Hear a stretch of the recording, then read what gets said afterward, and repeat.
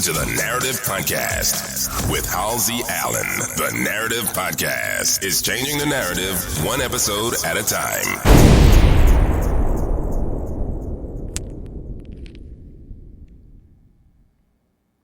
Hello.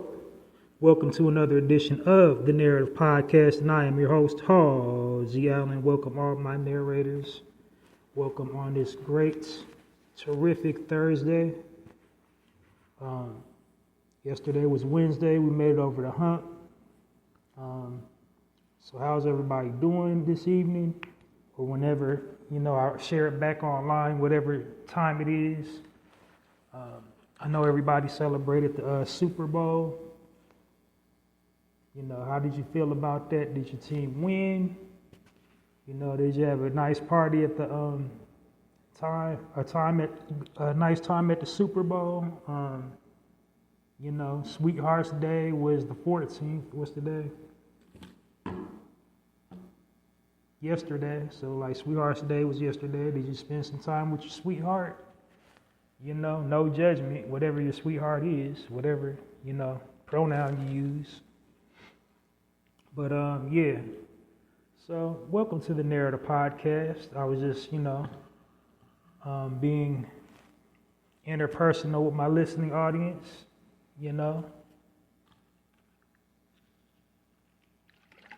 But now I got all those formalities out of the way. Welcome to the Narrator Podcast. The Narrator Podcast is the home of original people peace, original people reciprocity, and original people culture. So, all my narrators, they are my normal listening audience. They already know the demonstration. They already know what the Narrative Podcast is all about. They're aware of my format.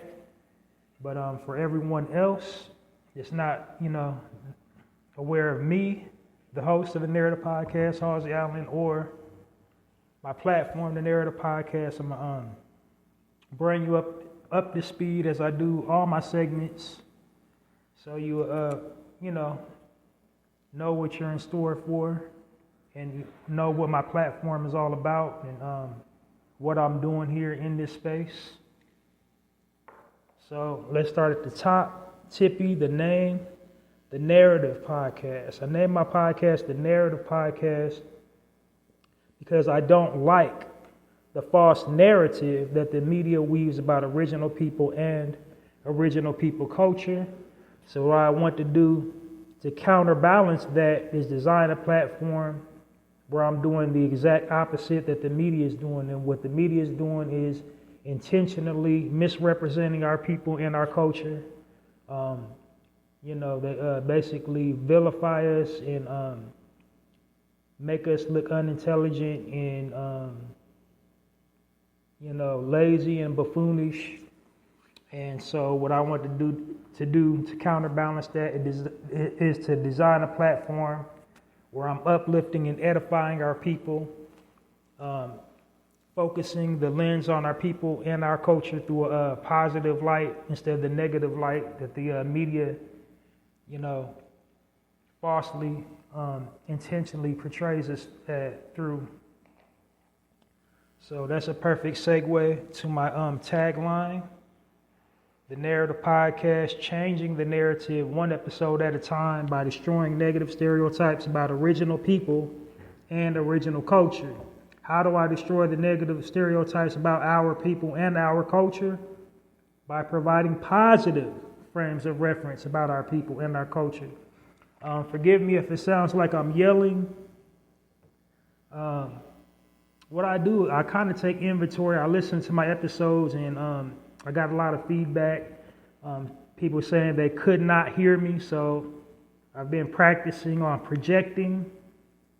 A lot of people say I sound muffled and it sounds like I'm whispering. So I'm trying to project, work on that this evening. This podcast is just a work in progress, but, if it sounds like I'm yelling, I'm just trying to project. So when I share it back on the social, you can hear. Now the provider said, part of the service was transcribing. So I'm wondering, are my episodes that I'm sharing on YouTube being transcribed? Because if they're not, they owe me some bread.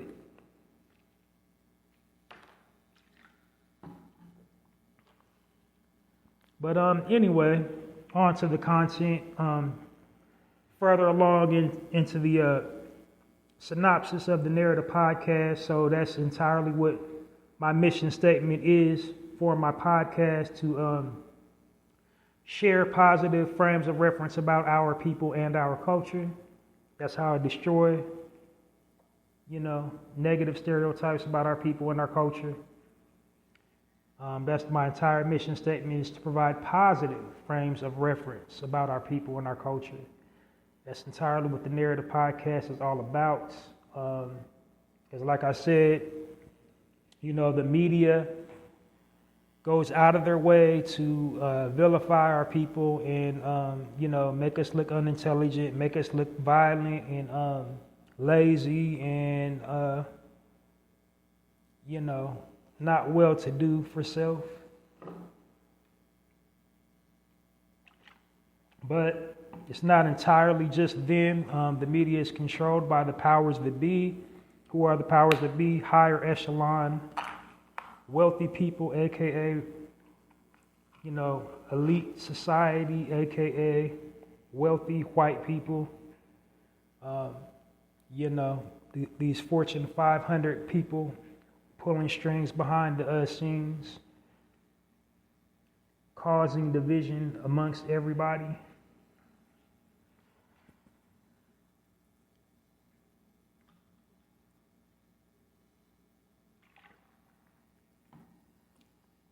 But anyway, like I said, the purpose of the Narrator podcast is to uplift, edify, and enlighten our people.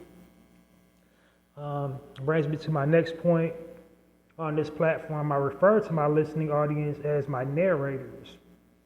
And the reason why I call my listening audience my narrators is because, we're living in the digital information age.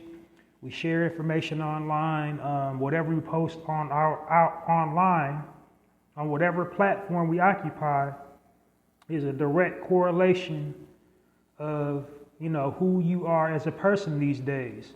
It's kind of a double-edged sword. It's kind of unfair, but, that's how we're all being judged these days based on the content that we're posting online. So, that's why I call my target listening audience my narrators. The purpose of the Narrator podcast isn't to change the views of people outside of our culture, how they perceive us, what they think about us. My goal is not even to enlighten them. The purpose of my podcast is basically to showcase an accurate portrayal of our people and our culture, and to encourage, those that listen to my podcast to do the same, to bring awareness to why it's important. And that's why I call my target audience my narrators, because like I said, we're living in the digital information age where we can't control what people think about us and how they respond and react to us. Well, we can't control the content put out about our people, but we can control what we're posting online. So we can control, change, and tell or narrate our own stories online. So we can narrate who we are as a people online. We can choose to, showcase, who we are as a people. You can make your self be the hero on your platform instead of the villain, because, naturally the media vilifies us.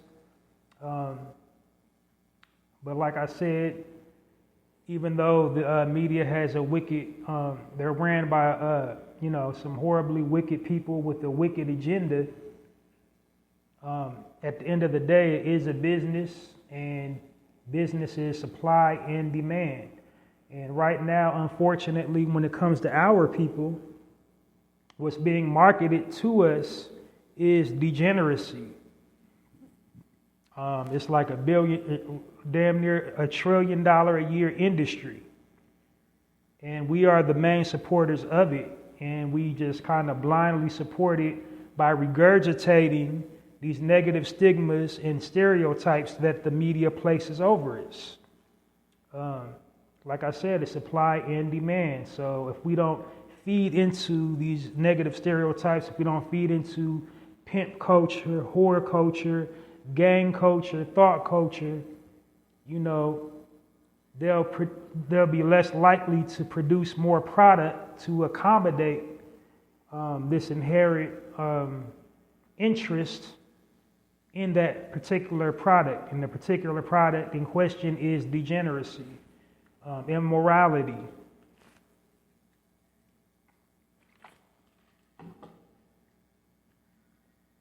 That is like all the way beneath us anyway. The natural people, the original people, which is kind of going to bring me to my next point. I refer to our people as original people as opposed to black on my culture or my podcast. And the reason why I do that is because, I feel that's a historically accurate description of who we are as a people, as opposed to, their textbook definition of who we are as a people. Their textbook definition of who we are as a people is black. I say it's historically accurate because we were and are the first people on this planet. Everything came from us. We started civilization. We were the first people on the planet. Our existence on this planet predates all religious tract.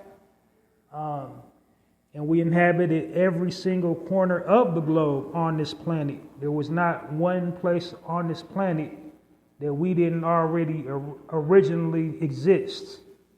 And that's why I refer to our people as original people on the historical side of it.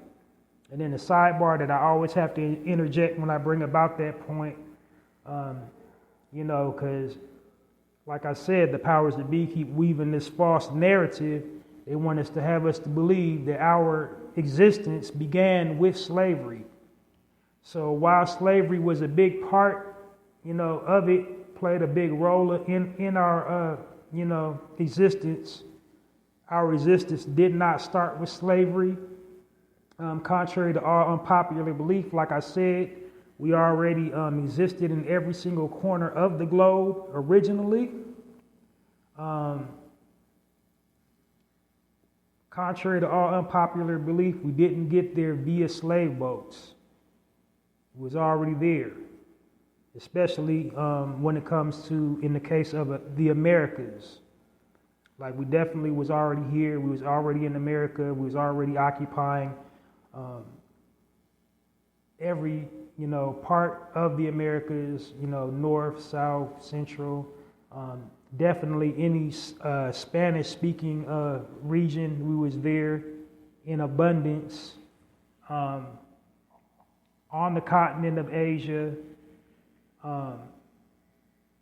in parts of Europe, France, England, UK, Germany, Switzerland, the Netherlands, Ireland,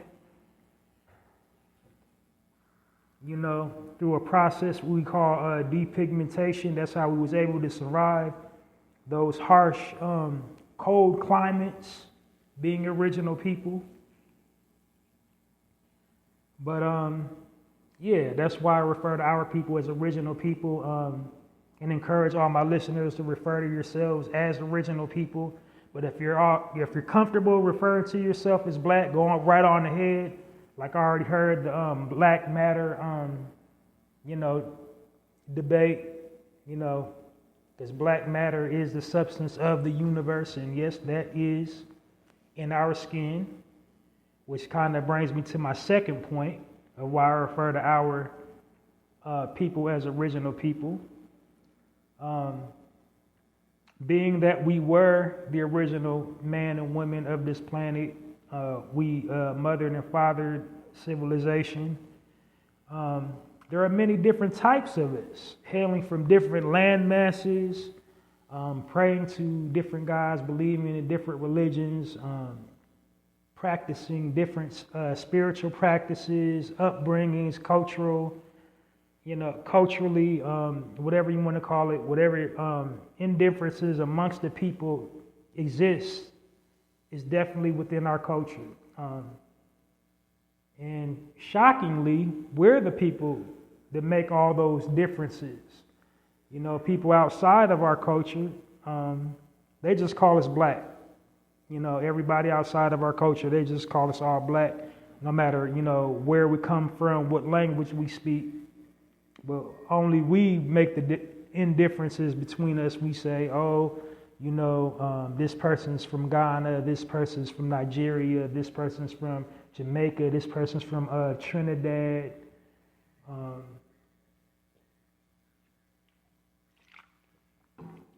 So on and so forth. But at the end of it, we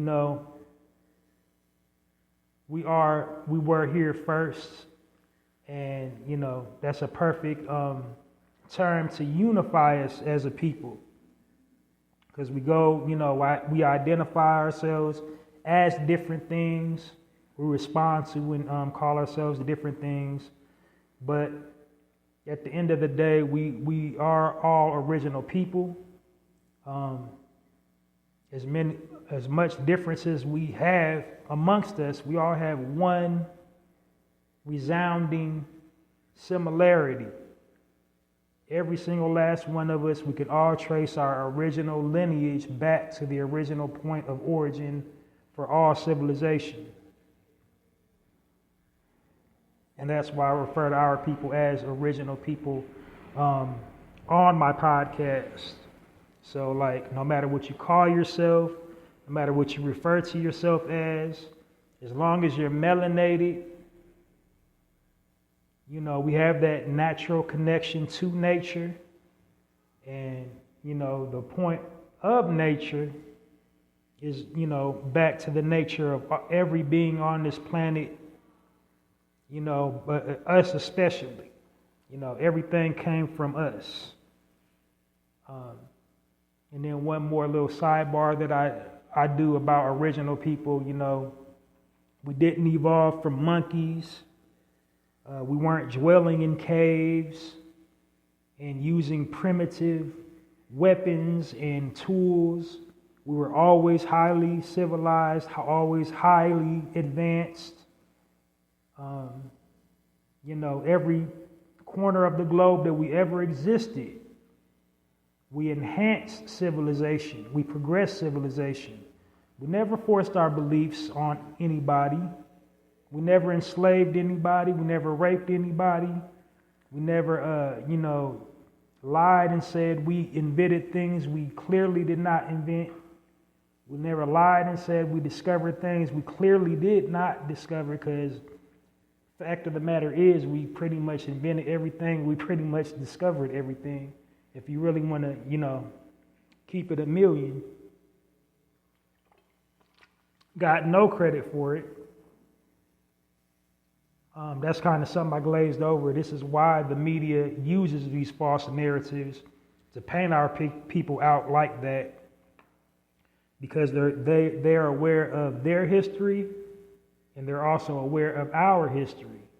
And their biggest fear is once we, wake up and act like, or remember our true original history, that we will do to them what they did and what they're currently doing to us. And then, we would usurp their power. They wouldn't be the higher echelon. They wouldn't be the elite class anymore, because we would be taking our rightful seat amongst them. And that's their biggest fear. But, like I said, that's not the nature of original people. We wasn't liars. We didn't sit up here and rape people. We didn't force our beliefs and value systems on other people, force people to think what we think and believe in what we believe in. We just put the knowledge out there and said, we're doing this over here, and this is how you do this. If you want to come along, we'll show you, but we never force nothing on anybody.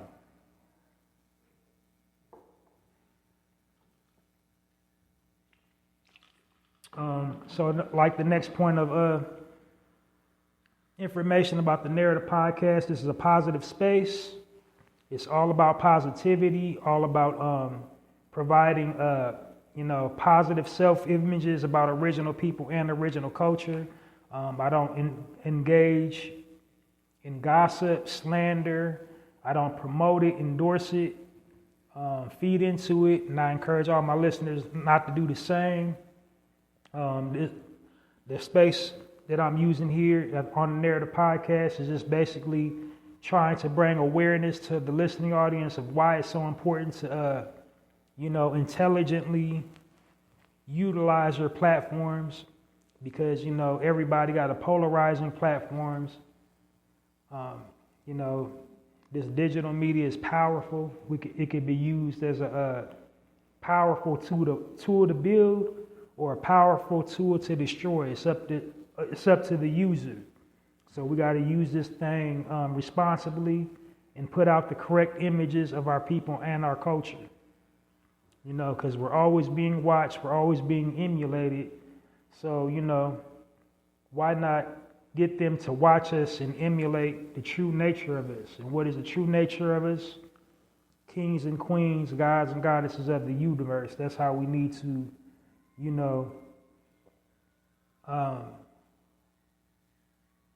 responsibly use our platforms to,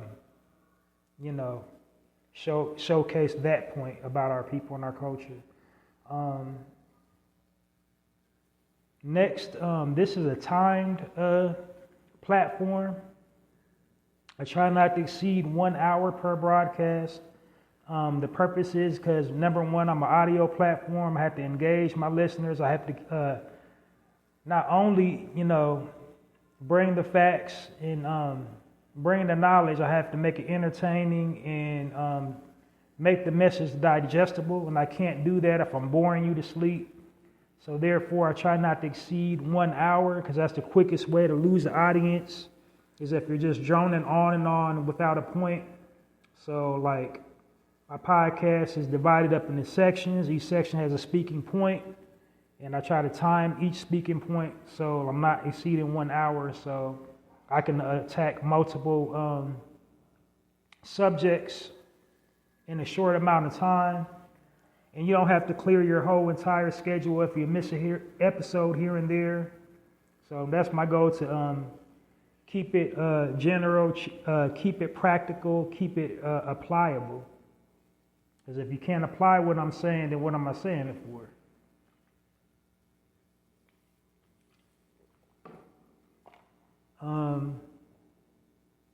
So yeah, I think that's pretty much it. I briefed you on the entire Narrative podcast experience. If I glazed over something or missed something, I'm over 300 episodes in. You can see a previously recorded episode of the Narrative podcast to, get more insight and more depth and more dimension into, what I'm attempting to do here on this podcast. But I think I covered all my points and subpoints. So without any further ado, I'm going to jump right on into, my content here on this weekday edition of the Narrative podcast. Well, I guess I did leave one part out. I broadcast 2 times a week, one full episode on the weekend. The format is slightly different than what I'm going to do tonight. Not much, just slightly. I have like a little bit, a couple more sections than what I normally do on the weekend. But yeah. So weekday and weekend, my narrators, they already know my weekday. podcast is different from my weekend edition. So, that 1 hour for the weekday, I try to shoot 45 minutes, but, I've already gone too far over the intro, so it's going to be like slightly over an hour tonight.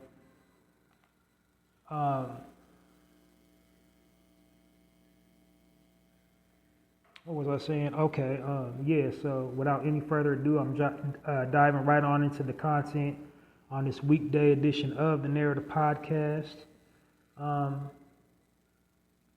So like I said, my mission statement is to provide positive frames of reference about our people and our culture. So during the weekday, the way I provide positive frames of reference about our people and our culture is to provide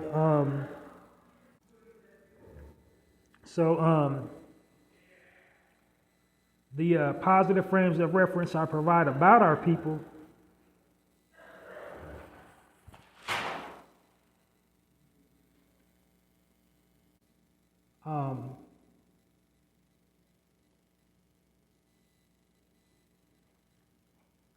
the whole purpose of the Narrator podcast is to showcase and highlight positive frames of reference about our people and our culture. And the way I do that is to provide positive news articles. And the reason why I provide the news articles is because the media constantly keeps bombarding us with negative frames of reference about our people and our culture. So they're trying to, psychologically warp our minds into accepting false images and false likenesses of us as a representation of us. So it's basically like, it's psychological warfare. Not just our people, they do it to everybody. How many times you ever heard somebody say, I don't like watching the news because nothing good is ever on. It's always depressing. Like it's business. They psychologically manipulate your emotions to get you to feel a certain way, to divert your attention away from what the government's really doing. But that's why I share positive frames of reference. That's why I share positive news articles about our people and our culture. I'm putting out the positive frame of reference about excellence, about us achieving academic excellence, financial excellence, living prosperous lives, and enriching and enhancing our communities, caring for our children, building our communities, being pillars of society, being leaders, and doing well for ourselves, and inspiring other people to do well for themselves. That's what I'm going for when I'm sharing these positive news articles, just to kind of counterbalance this negativity that we're always being bombarded with by the media. And I already told you why they do that. It's basically like psychological warfare. They're programming us and conditioning us to accept degeneracy. And unfortunately, it's kind of working. But anyway, without any further ado, I got some articles I want to share with you this evening on the Narrator podcast. And then after I'm done with my articles, I'm going to go into some commentary to discuss some news articles, happening around the world and within our community. And I'll tell you why when I get to that section, but I'm going to get into these articles. I also have a Black History fact in lieu of Black History Month. So I got a couple of those to share with you this evening as well, but on into the articles. So the first article on the weekday edition of the Narrator podcast, the headline reads, Black stock trading experts to teach 300 beginners how to trade options through their game and membership. And the name of the program is called Flip That Option. And the website is www.flipthatoption.com. And the founders' names, because it's plural, it's two of them. J.R. Fenwick, a.k.a. the Stock Flipper, and Eric V. Johnson. They've both been trading stock for over 15 years. They met just kind of randomly. And, as the old saying goes, like attracts like. They started talking shop, which is stock. And, they started bouncing ideas off each other's head. And then, bada boom, bada bing, flip that option became a reality. So basically what the website is about is they're teaching people about financial literacy. They're giving them a 101 tutorial basis on the stock market, on, options, like they say, financial options, what's an asset, what's a liability, how to levy credit, all that stuff, all that good type of stuff. So they teach, their people that enroll in their program, like, what is an option? They define it. They teach them how to open special accounts to trade options, how to find options to trade, and other trading strategies. And then they also have a private networking community on their website where members can interact with each other and share resources and share knowledge about, options.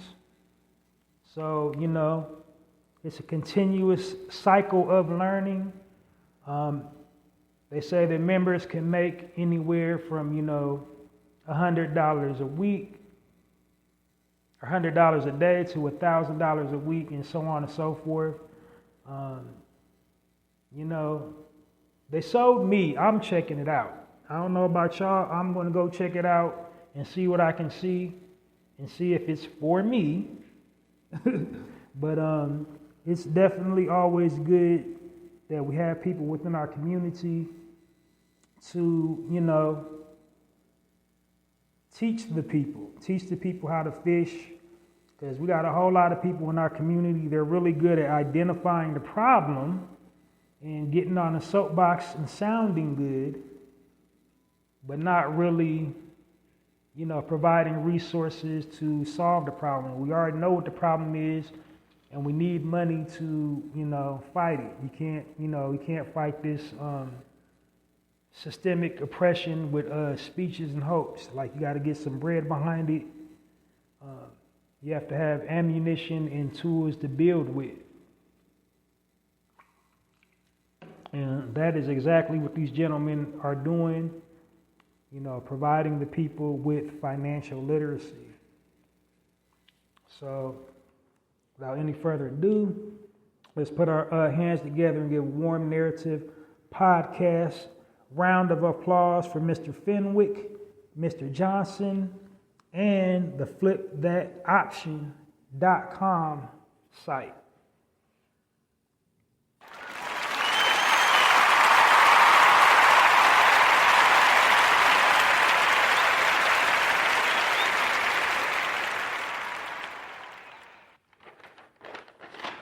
All right, moving right along.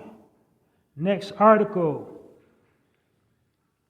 on the Narrator Podcast Weekday Edition. The headline reads, Founders of Black-owned watermelon company in NYC drive 16 hours every day to get fresh produce watermelon. The name of the company is called Black Seed Brothers, and they're located in New York. They're basically like a pop-up sign a pop-up stand. The two proprietors' names is a brother named by the name of Terrell Dixon and Kiyama Miles. Their physical address is 580 Lenox Avenue, New York, 10037. Website, www.healthstation.org. Telephone numbers, 34319121143, 347-220-710. And then you can reach them directly at healthstation67@gmail.com if you have specific questions about, their watermelon stand. And they get their product from Georgia, South Carolina, and Florida. So this is organic, straight from the earth, seeded watermelon. And the seed is the key to life. We knew that as original people in early civilization, why watermelon is such a big part of our culture. The negative stereotype about us, liking watermelon came from jealous Europeans in this country, because our people, when they finally did let us go from slavery, that was kind of a way we was liberating ourselves financially. We dominated. We had that ancestral knowledge of how to cultivate the melon, because that, the watermelon is indigenous to Africa. So for the ones that came over here on slavery, they brought that knowledge of how to grow and cultivate the watermelon, and they was dominating agriculture. And so, the Europeans here in this country, they created propaganda, and made it into a stereotype. Like, coons and, black people love watermelon. That's where that negative stereotype comes from. But in actuality, if you are a melanated person, you should eat as much watermelon as possible into your diet.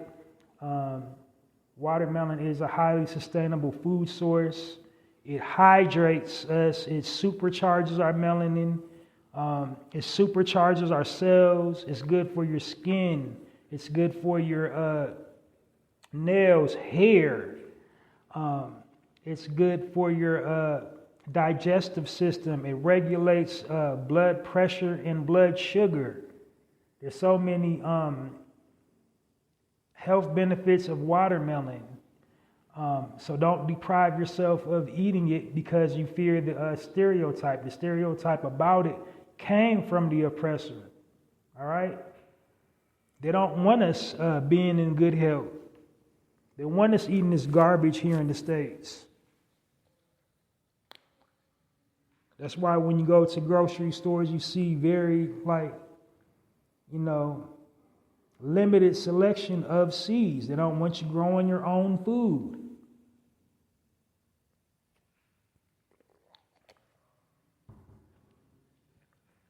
But that particular stand, they juice their melons, and they just sell it free. They sell it by either quarter it or they sell them whole.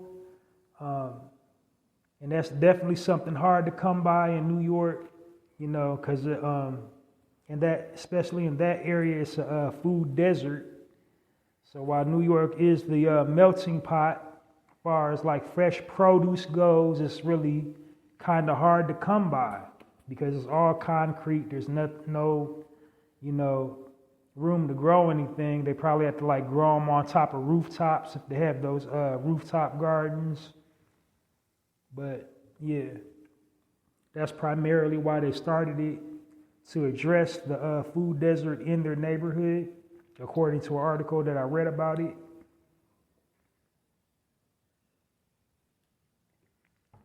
But so if you're in the New York area, definitely go check those brothers out. It's they're called the Black Seed Brothers. They're located on Lenox Avenue. You just have to go to their IG, which is at Black Seeds Brothers. That's their IG handle, and then they have their website posted. And then on the IG page, you can see, they pretty much announce on IG where they'll be at on Lenox Avenue.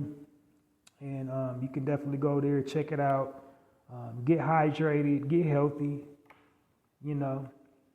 Don't be afraid to eat that watermelon in public because of the negative stereotype.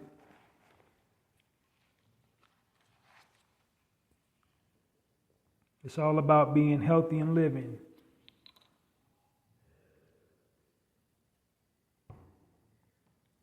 So without any further ado, join me in putting our hands together for the founders of Black Seed Brothers, Mr. Terrell Dixon and Kiana Miles.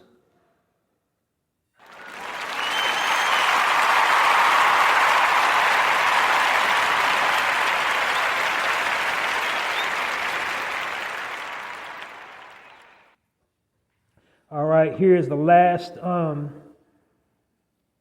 article of this evening, and then I'm hit you guys with a Black History fact, and then we're going to do some current events that I want to talk about.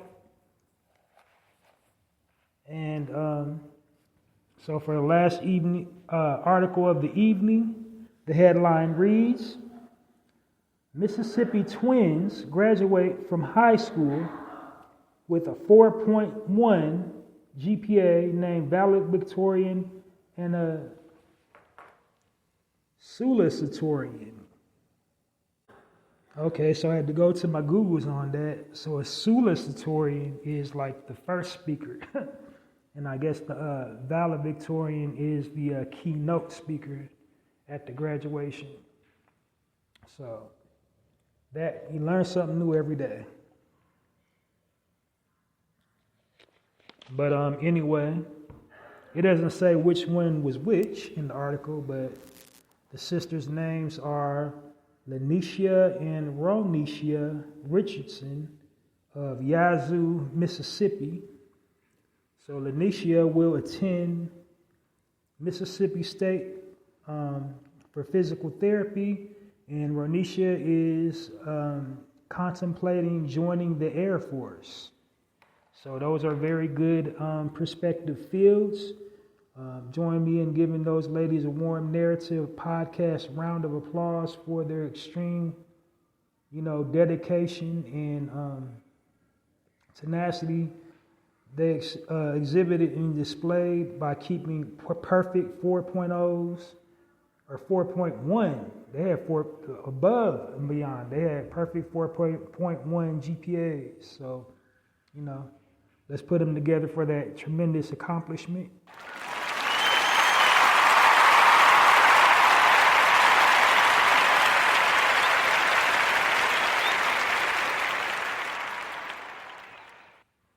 All right.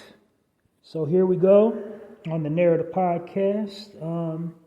Next section is Black History Facts. I got 2 of them for you today. I usually only just been doing 1, but for the rest of the holiday, I'm going to try to do 2. Yeah. So just bear with me, and also keep in mind of my time limit that I set for myself that I told you about at the beginning of the podcast. So I'm giving you guys the condensed book version of these 2 Black History Facts, the streamlined condensed book version to make it fit in my format, because I got a whole bunch of stuff I'm going to talk about in my current event section. But anyway, Black History Fact, do you know the brother named Edmund Berger invented the spark plug? If you did, good for you. But Edmund Berger invented the world's first spark plug in 1839. And the reason why we haven't really heard about this Black history fact is because he didn't get, of course, history didn't attribute him to inventing it because he didn't have the patent for it. And that's kind of how they get us in history. They stick it to us because, they invented the patent system for that particular reason. Like pretty much everything that was invented in America was invented by slaves. But, the slave owners put their name on it. Like, and if you think about it, like, really, do you really think a Caucasian man invented the cotton gin? Why would he make a slave's job easier? It's kind of common sense. You got the, leave a trail of breadcrumbs. Who invented what? And if you think a white man invented the car, I got some a motor vehicle, the first motorized vehicle. I got a timeshare in Antarctica for you.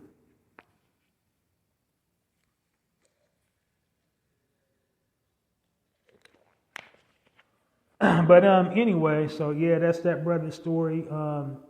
He invented the first spark plug.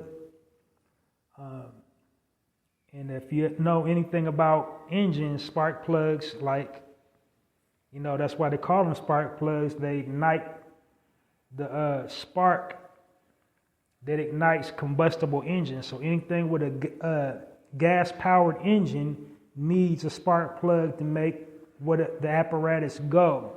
So like lawnmowers, cars, carts, motorized carts, like anything with, that's motorized and takes oil needs a spark plug.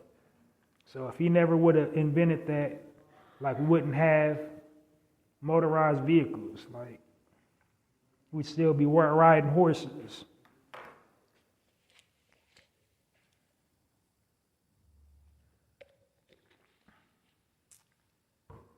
All right. So, next Black history fact. Did you know the first paramedics in America were in our community? It was called the Freedom House Ambulance, and it started in 1967, which basically set the trend for, the paramedics in general. Like, it was a mixture of hospitals didn't want to service our people, and they didn't want to come to the ghetto to pick our people up if we got hurt or something, to drive us to the hospital. So before that, there wasn't no like call somebody, come get me. I got in an accident. None of that existed before then. Like if you got in an accident or something, somebody had to drive you to the hospital. It wasn't coming to pick you up. But it was called the Freedom House Ambulance. It was established in 1967. It was in the Black Hill district of Pittsburgh, Pennsylvania. And so, that was the precursor to, paramedics in this country. Like, we didn't have paramedics before then. That's, that's how the paramedics was born.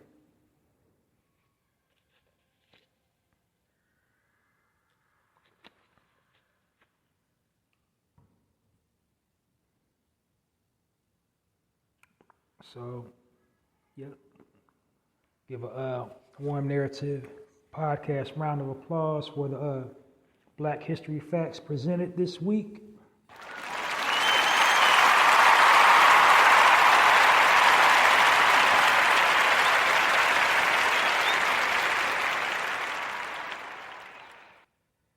All right, here we go.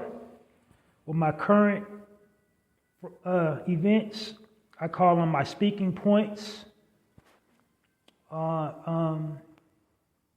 On my podcast, and the reason why I feel I need to speak on current events Because like I said, the media intentionally misrepresents our people. They inaccurately portray our people's images and likenesses to push agendas. And so they go out of their way to have us all looking and sounding crazy. And if history hasn't taught us anything, it's taught us this. If you don't tell your own story will be told for you. And so that's what I'm doing in this section, telling our story.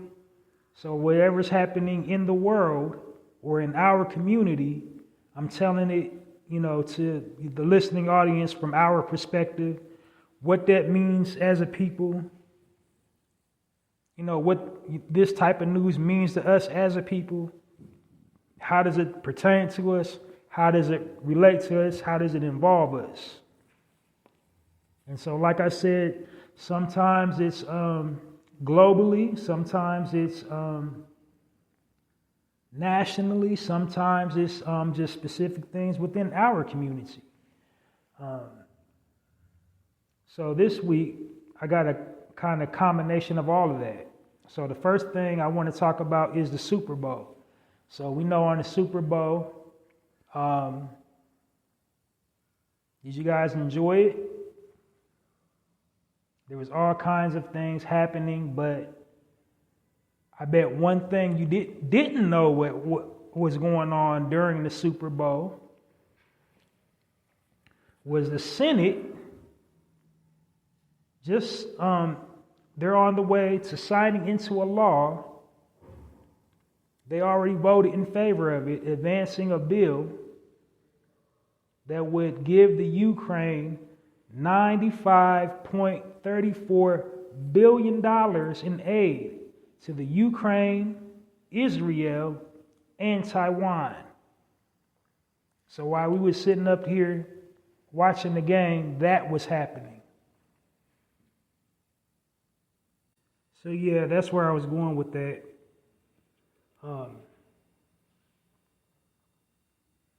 $95.34 billion in aid to the Ukraine, Israel, and Taiwan. And there's people right here in America starving, people right here disenfranchised, people right here homeless. We're getting people jets, education to use the jets. We built small portions of where Russia bombed, gave them money for asylum. Like U.S. veterans is disenfranchised. But we didn't know that because we was too busy watching the Super Bowl. But let me tell you about the Super Bowl and just sporting events in general. It goes all the way back to the Roman gladiator days. Why do you think they pay athletes them six-figure salaries? They do it to distract the people from the affairs of state. They keep them so engrossed in entertainment, they're not paying attention to important legislation, important bills, things you need to know about because we're distracted by sports. And it doesn't stop at football. It's boxing, it's baseball, it's, whatever. If you look at the most important games of all these sports, like the Super Bowl, you know what happened on the Super Bowl last year? The U.S. got involved in the Ukraine situation while everybody was, partying and rocking out to the Super Bowl last year.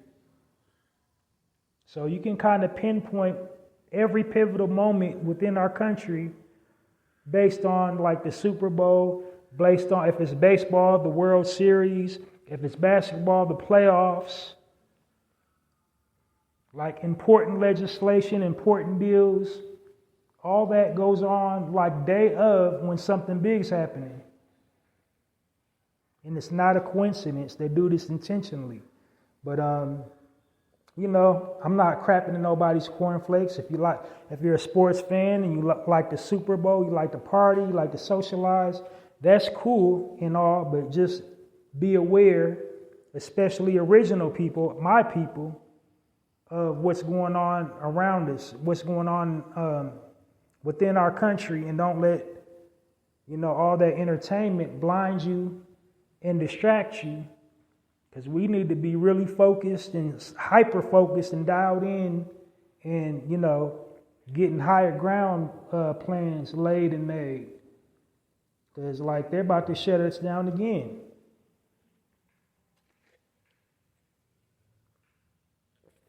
Watch what I tell you. I don't miss on this podcast. If you've been a listener, I don't miss with my predictions. Almost everything I said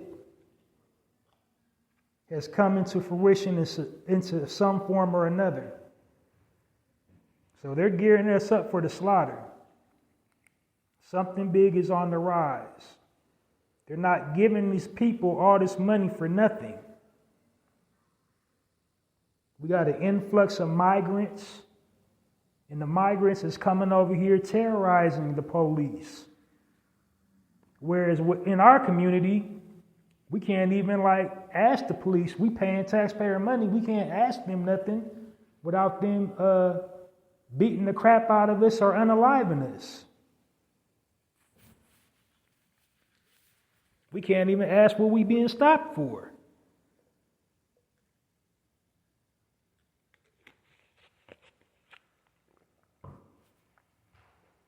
But that's all I really had to say about the Super Bowl and its distractions, how they just deceptively distract us from the issues.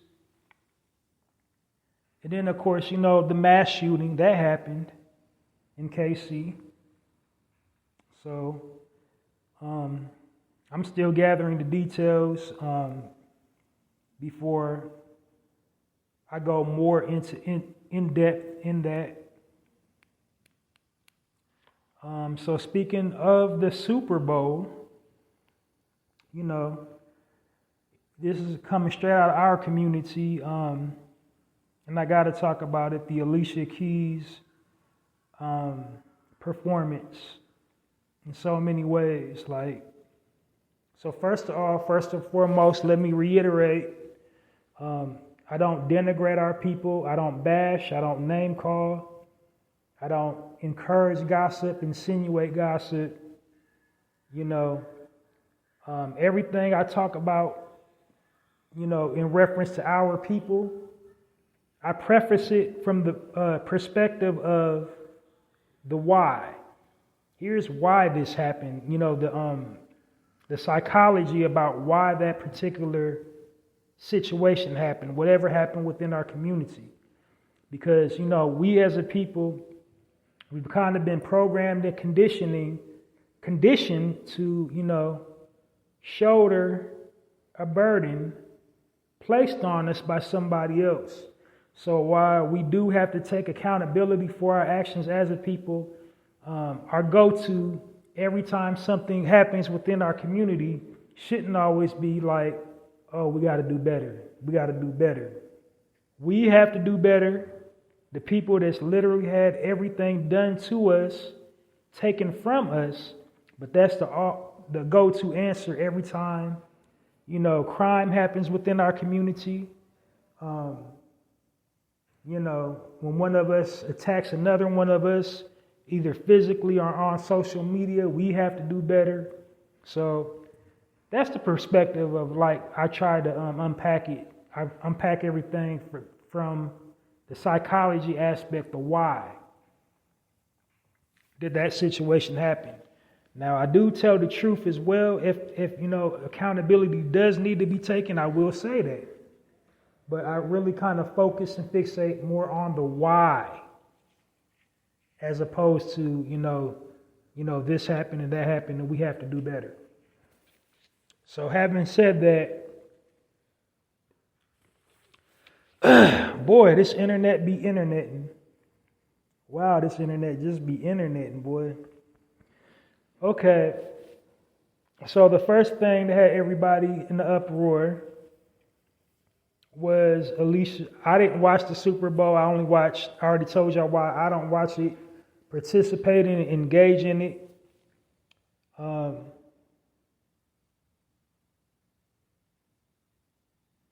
But anyway, for those that participated, the memes is going all up and down social media. Apparently, during her performance, her voice cracked while she was singing the song. And then also a whole lot of people felt like Usher was very inappropriate with his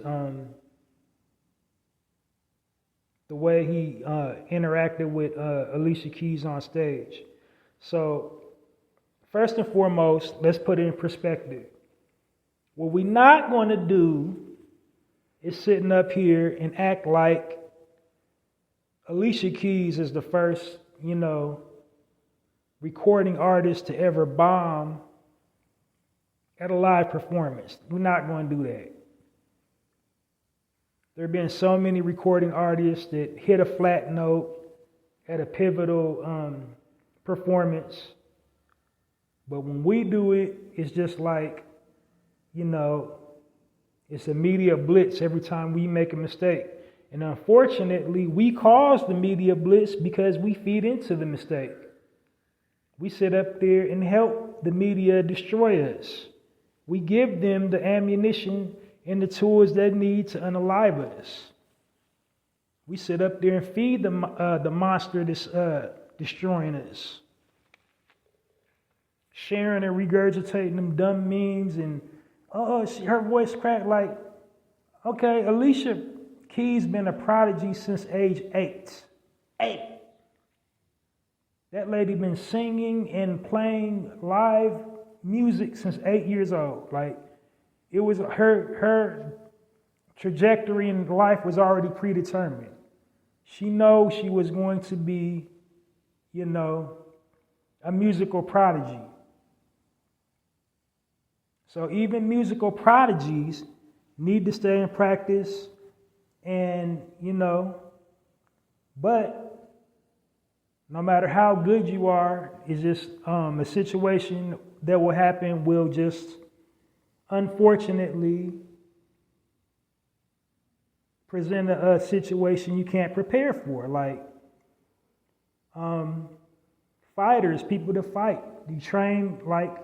they train 9 months out the year. But what happens in the fight? Somebody get knocked out. So all that training you was doing in the gym, working out, hitting the bag, doing your exercises, doing your cross training and all that stuff. Does that make you a horrible fighter? No, that just means, you didn't win that fight. So said all that to say, okay, she cracked the note. Why are these insinuations got to be behind her voice cracking? Why is it because, she was probably drinking or she was probably doing some drugs and her voice cracked because she don't be practicing her art form? Like, your voice can crack if you practice too much. Like, if you warm up too much, your voice can crack. If you know anything about music, like, you can keep your vocal cords, lubricated and hydrated and all that, and you will still, hit a flat note. Me, do your, singing exercises. So flat notes happen. And the second thing, the internet and everybody else got their nerve to, really be worried about Usher. The whole internet, Usher's wrong for that. Usher's wrong with that. He's trying to screw Alicia Keys. He's trying to screw Alicia Keys. He's trying to take advantage. Usher violated her in public. Y'all need to relax. Y'all, especially in our community, the things we've been seeing on red carpets, are you kidding me? I'm not going to say no names because, like I said, the purpose of this commentary isn't to tear down and denigrate. The whole purpose of my podcast is to uplift and edify our people. But I do have to tell the truth. We've seen within our community some deplorable things. Like we've seen a female recording artist have her husband or boyfriend or whatever dude she's messing with eat her anus on the carpet. Like, I don't know a nice way to say it. Like, he would like tossed her salad on the carpet. We saw that. We seen twerking and female recording artists walking barefoot. But that is the red flag. That's what got everybody all up in arms. That's the red flag. That's the red flag. They trying to make Usher seem like he's some type of pervert. That what he did is a performative art. They did a rehearsal for that. They did a run through. That wasn't just in the moment. So if you paid attention to the song was called My Boo. So they had to project and sell the image that, this is my boo thing. They're both married. So, if he would have violated Alicia Keys, I've never met this lady, but if Usher would have violated, I think she would have turned around and smacked the dog-ish out of Usher if she felt violated. I never met Swizz Beatz before, but I think if he thought that Usher was trying to violate it, he would have checked him. If he felt that way. If he felt like, that was totally inappropriate. Now, how that differs from the Keke Palmer situation, let me tell you something. Like, Alicia Keys was covered head to toe in her ensemble. She didn't have any exposed cleavage. She didn't have any exposed, her cakes wasn't exposed. Her butt cheeks wasn't hanging out. Her breast wasn't hanging out. She didn't twerk on him. He just went behind her and he gave her a warm embrace. That's called a warm embrace. And where it went left at is just telling in our society that we've become so filthy minded, we don't know a warm embrace. That's a warm embrace. Friends can hug like that. He didn't grab her breasts. He didn't grab up in between the middle of her legs. He wasn't like rubbing on her, you know what. He rocked back and forth. He gave her a hug from behind, rocked back and forth. Usher's like 6'1", 6'2". Alicia Keys is like 5'7". Now, if they had been the same height, it would have looked even more innocent.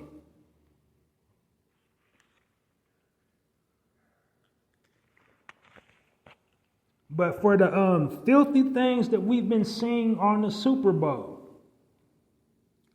like the years of filth that we've been exposed to, like darn near every performance of Cher's, every performance of Madonna. But that's the red flag. That's where we sliding out. Usher's wrong for performing. Okay, Usher is what they call in the music world a crooner. He's been a crooner since age 15. And if you don't know what a crooner is somebody, a male singer, that sings so, nice. His singing voice is so nice.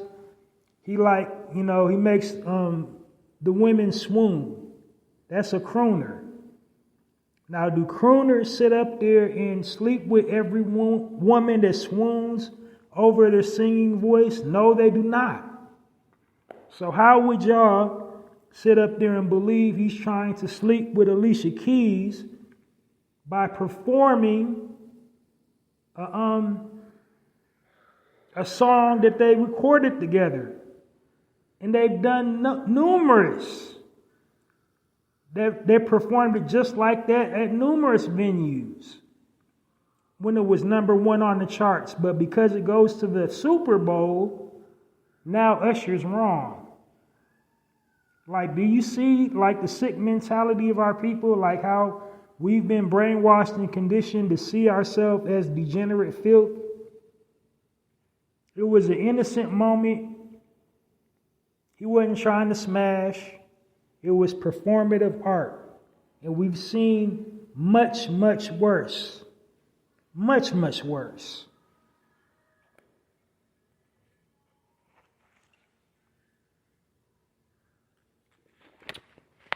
All right, so next order of business. A brother, up and coming, comedian, hilarious young brother. Really gifted with the gift of comedy.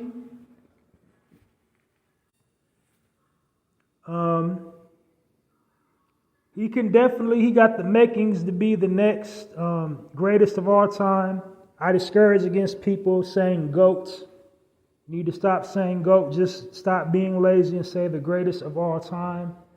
Because a goat is a sacrificial animal. So, like, just take that in when you say GOAT.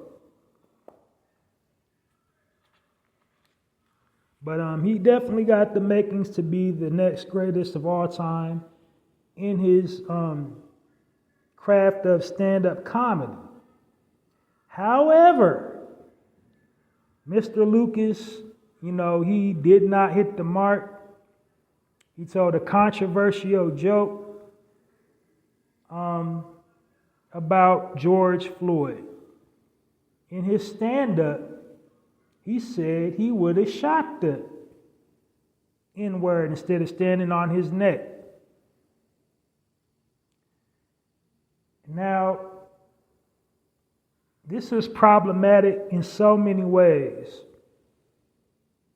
So many ways. Like, first of all jokes ain't funny. There's just certain things just that are off limits. Now, within our community, our comedians say, hey, if you can't laugh at yourself, then what's life worth living? And they give the gift of laughter to us.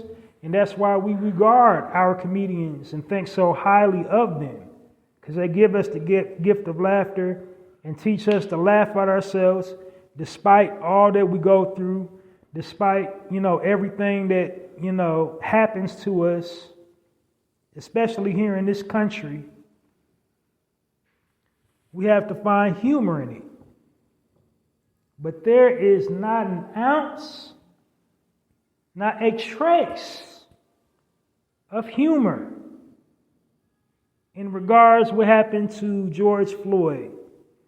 Like, the joke is not there. The joke is not there. In any context. So he missed the mark on that. Yes, you should never take life too serious and always, be positive, look on the bright side, yada, yada, yada. See the glasses half full, yada, yada, yada. But everything's not a joke. Everything ain't funny. And that's one of them. That's a big one.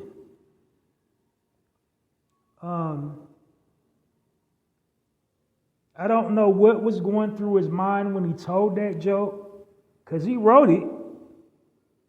Like, comedians, they do something called testing material or doing road work. In the craft of stand-up comedy, they do this thing they call road work, meaning they test the material to see if it hit or see if it misses or see if it bombs. And if it bombs, I ain't going to use that. Or, get in network with some other comedians and get a different perspective. Well, that might have worked. Change this and change that. But the point I'm trying to make is comedians, they practice their craft. They see what jokes is going to work. And, the jokes that work, that's kind of, what they stick with.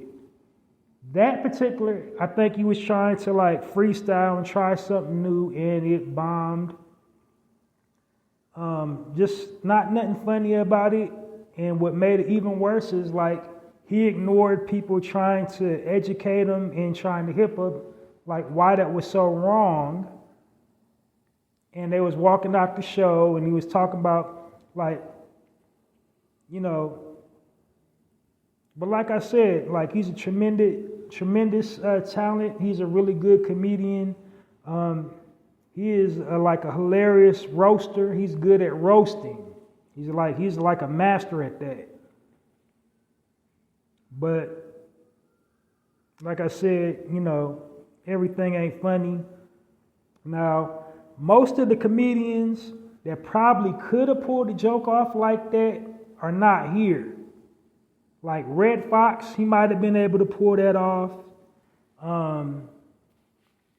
Richard Pryor, if he was still telling jokes, he probably could have pulled a joke, something similar to that off. Bernie Mac could have did it. The comedians who are alive that might be able to do it, probably like George Wallace, he might have been able to pull it off. It's not many. It's far and few between that like really gutsy, that have that gutsy type of humor. Damon Wayans, he might have been able to pull a joke like that off, but he don't even got the chops to even think of doing something like that. Like Damon Wayans might, who else? Cat Williams, he might be able to pull something off like that. R.I.P. Charlie Murphy, he definitely probably could have pulled it off.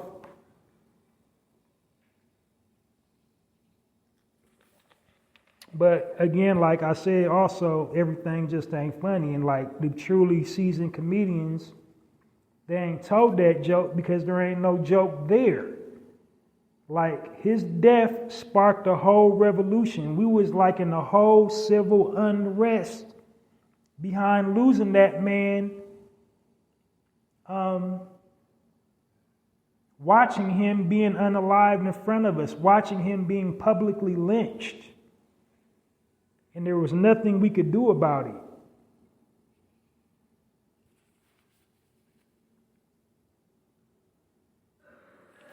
So I really pray that he's learned his lesson. I watched him speak about it, why he did that. He went on the Willie D podcast. I haven't had a chance to watch the episode all the way through. I saw like a brief snippet, and basically, you know, his retort was, you know, he's on the spectrum. And so I don't know if you're up with the lingo. So somebody's that's on the spectrum, that's the new buzz phrase for autism. So he says he's on the spectrum. You know, that's still not an excuse.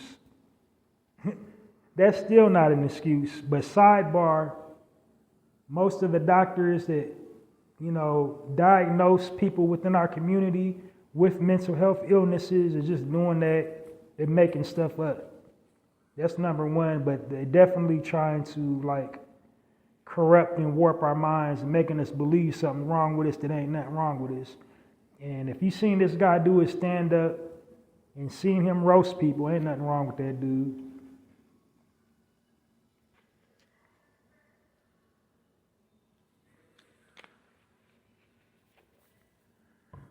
Yeah.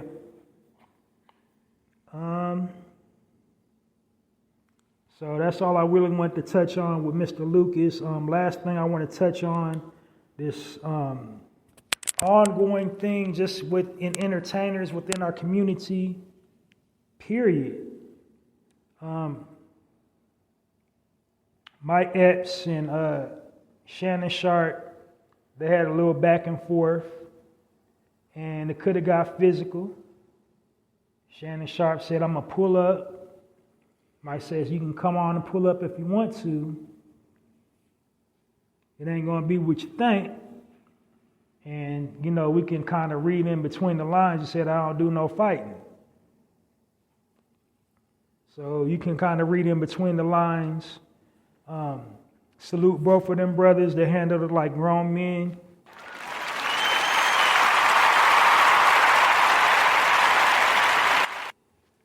I'm glad, nobody put the pause on nobody. Nobody pulled the blick out. Because that's where that situation was headed. And unfortunately, it seems like that's where the situation is headed with a lot of our entertainers lately.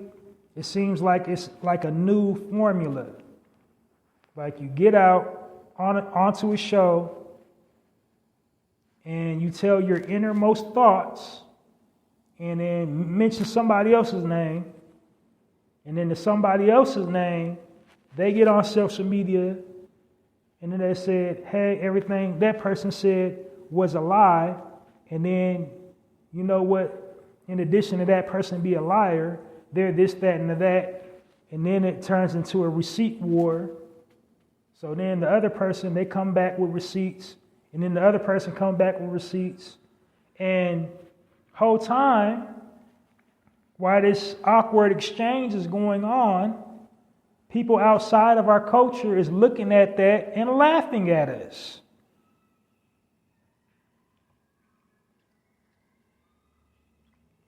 And I'm not trying to act like I'm just Mr. Holier than thou and I'm Mr. Perfect. I get mad too. Anger is a human emotion. Like we all get in our feelings. The goal is to be emotionally intelligent. The goal is to never let your emotions rule you. But everybody got that one person that works their nerves. Like we're all ticking time bombs about to go off.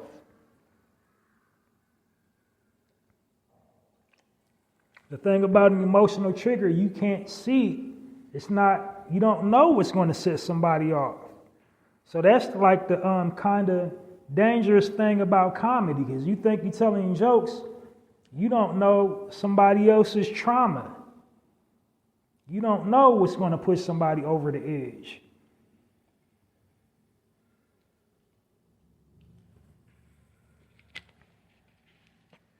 Especially our people within our community. We got emotional triggers on top of emotional triggers. You don't know what's been to set us off. So tread lightly.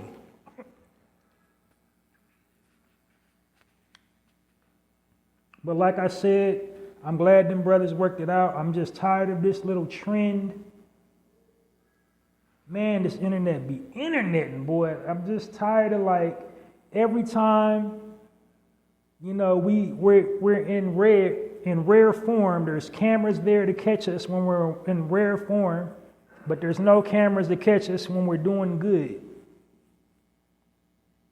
When we're giving back to the community, when we're helping people.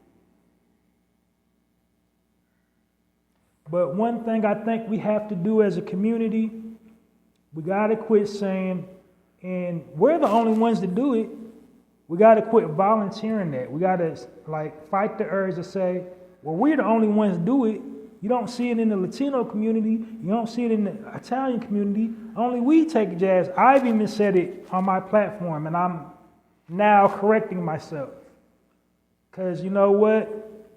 Crime is crime. Crime happens everywhere. There's no such thing as black and black crime. That is a term that the powers that be made up, and we took it hook, line, and sinker. So it's never we got to take that out of our vocabulary. We're the only ones to do it. Everybody does it. Everybody don't get along. There's all kinds of other comedians that don't get along. There's a whole bunch of white comedians that don't get along with other white comedians. There's a whole lot of Asian comedians that don't get along with other Asian comedians. A whole lot of Italian comedians that don't get along with other Italian comedians. A whole lot of Spanish comedians that don't get along with other Spanish comedians.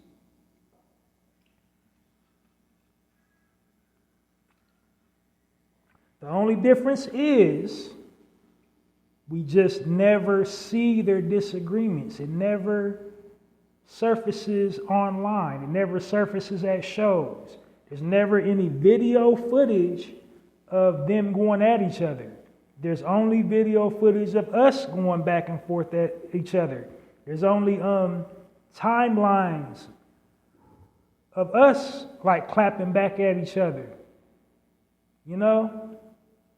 And the reason why, because our people are so dynamic and prolific that everything we do is interesting and people want to know.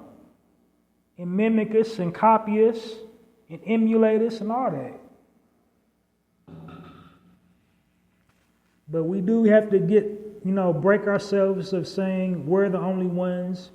We're the only people that do this. We got to stop saying that. We got to speak truth into power. We got to practice, because there is life and death in the tongue, and we speak death over ourselves by always saying we're the only ones to do it. We're not the only ones to do it. Like, that's how we break these generational curses over us. We got to quit, embracing it. R.I.P. Bubba Dick Gregory, one of his lectures, famous lectures, that he said how you break the psychological cycle. When something happens to you, when a door closes, don't say, oh, they just doing that because I'm black. Like, that's the problem because you're black. So you just giving your power away from them. Like, you're just giving your power away to them. You know what I'm saying? And you're going to cause a chain of events to keep happening over and over again. So you got to reverse it. You can't say because you're black. No, that happened because they white. Say that. Because that's the nature of their people, to think like that and treat people like that and create these unjust systems that subjugate people.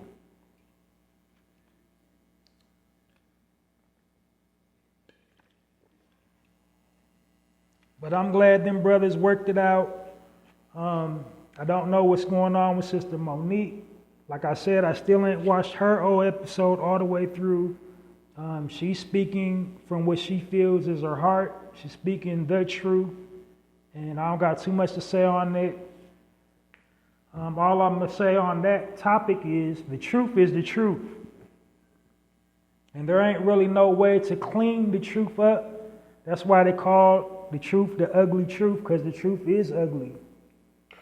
So who's ever really telling the truth is going to come all the way out. So if there is Hollywood gatekeepers, it's going to come out. I would say she at this point don't need to keep on making all the people that she talked about her main headline joke.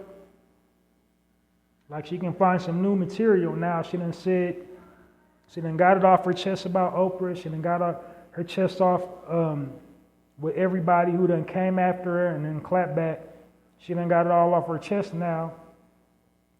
So, the truth's going to come out. Like, that's one thing about the truth. You can't bury it. You can't disguise it. You can't pretty it up. The truth is going to emerge, and you're going to see, who's telling the truth and who's not. And that's why I never weigh in on them things. Because, the truth, because a whole lot of people weighed in on it when they read the headlines. Monique apologizes to all them people, and then they seen her comedy routine, and then they had to go on and retract the statement, because they were just looking at the headline talking about Monique apologized. Yeah, she apologized, all right, but then she said a whole bunch of stuff behind the apology. So, like, that's one reason why you can't engage in this type of subject matter. But it was very noble of Honorable Judge Greg Mathis to be the elder, be the voice. Somebody got to step up and be a leader. And he never professed and proclaimed to be holier than thou. I never see him as holier than thou. But, he just said what we look like. And, people is laughing at that. People outside of our culture is laughing at that. And, perceiving us as savages. And we don't know how to civilly agree to disagree and all that. So he had a really good point, but at the same time, the truth will come all the way out. And in this liberation thing, for us to get our independence, for us to unite as a people, we're going to have to do a whole lot of truth telling, because we're going to get to the point where it's the truth tellers versus the liars, because the liars is what's causing stagnation in our community. They lie so well they think they're telling the truth, and they're lying. And they're leading people into a different direction, and their lies is hurting us. Because they're saying one thing in front of the camera, but then living a whole nother life, behind closed doors, and manipulating and pulling strings. And like I said, I ain't on nobody's side. I ain't saying she's telling the truth. And I'm just speaking in general about the truth. I'm speaking in generalization about the truth. If what she says alleges is the truth, she don't need to tell jokes. That's what I'm trying to say. Like, it's going to come out, they're going to expose themselves. She ain't going to have to say nothing else. At this point, if she's telling the truth, all she got to do is kick her feet back and leave them alone to their own devices. At this point, she got them where she want them. If she's telling the truth herself.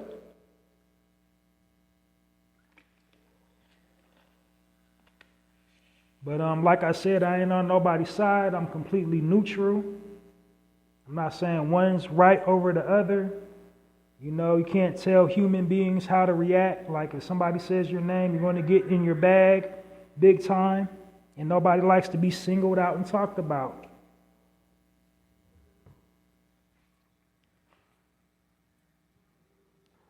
But anyway, that's about it. That's all that I want to touch on this evening. Thanks for joining me for another edition of the Narrator Podcast. Join me this weekend for another full edition of the Narrator Podcast. Remember to download this episode and all previously recorded episodes of the Narrator Podcast, wherever you get your podcast information from. I used to do lives. The platform that I'm on has done away with the lives. The live feature, I don't know why. That's how, that was my biggest draw is when I would do my lives, but they did, for some odd reason, they done away with the lives. But just make sure you tune in on a regular basis so you don't miss me when I record during the weekday. The best way to do that, to not miss an episode of a weekday episode of the Narrator Podcast, is to follow me on YouTube. I'm Halsey Allen on YouTube. Click that subscribe button, notification bell, and you'll be notified as soon as I upload, because this platform uploads directly to YouTube. And it also uploads directly to X after I'm done with, as soon as I'm done with my podcast. As soon as I'm done with the broadcast, it goes to X too. So that's the best ways to catch me is on YouTube and X, and you will never miss an episode of the Narrator Podcast. What else I got going on? I've written an original book of poetry titled The Black Card. The Black Card is available on poetizer.com. Poetizer.com has a virtual online bookstore. So go to the virtual online bookstore on poetizer.com and purchase my book of poetry, The Black Card. It's about 30 pages long. And what The Black Card is an all-comprehensive look at inside look at our people and our culture. It'll make a great coffee table read, travel book, a chillax book. But definitely go check it out. It's basically like a survival guide for our people, how to engage us, how to talk to us, what we go through in a day, for us or people outside of our culture. But definitely go get the black card. Go pick your copy up of the black card today or get your black card revoked. Speaking of poetry, I write poetry. I got a poetry blog on blogger.com called hallziespoetrycorner. The address is www.mrhallziesblogs.com, and you can support my poetry blog by sharing poems featured on Hallzies Poetry Corner, or the link to Hallzies Poetry Corner, which is www.mrhallziesblogs.com. You share either a poem featured on it or the link to it on any platform that you occupy, and that'll help me out a great deal. I can funnel all that traffic back to the Narrator podcast. So, definitely support that. My poems featured on Hallzies Poetry Corner are insightful. They're spontaneously written in the moment. I don't contemplate on anything that I write on Hallzies Poetry Corner. That's why it's so unique and so creative, because you would think by reading one of them, they're so intricate, you would think that I wrote it out before I posted it, but I didn't. I just wrote it in the moment. And, for as intricate as each one of them is, that's super creative. So go check that out, support that, Hallzies Poetry Corner. The tagline for that blog is Hallzies Poetry Corner, poetry with a passion, poetry for all occasions. And when you read one, you'll find out why. Well, that's it and that's all. Join me again this weekend for another full episode of the Narrator Podcast. Make sure you download this episode and all previously recorded episodes of the Narrator Podcast, wherever you get your podcast from. I'm Halsey Allen. I'm changing the narrative one episode at a time. I'm asking you to aid me in the quest by becoming a narrator. And while I'm changing the narrative one episode at a time, as a narrator, you can help me change the narrative by changing the narrative on your timeline one social media post at a time. Until next time, Halsey Allen in the Narrator Podcast, signing off, and it's like that.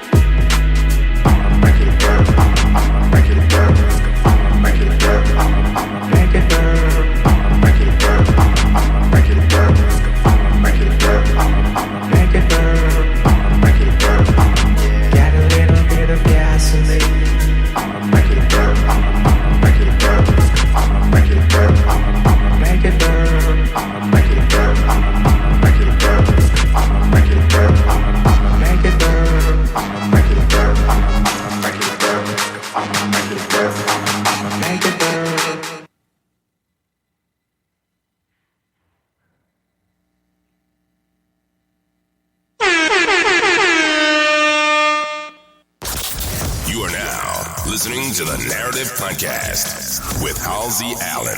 The Narrative Podcast is changing the narrative one episode at a time.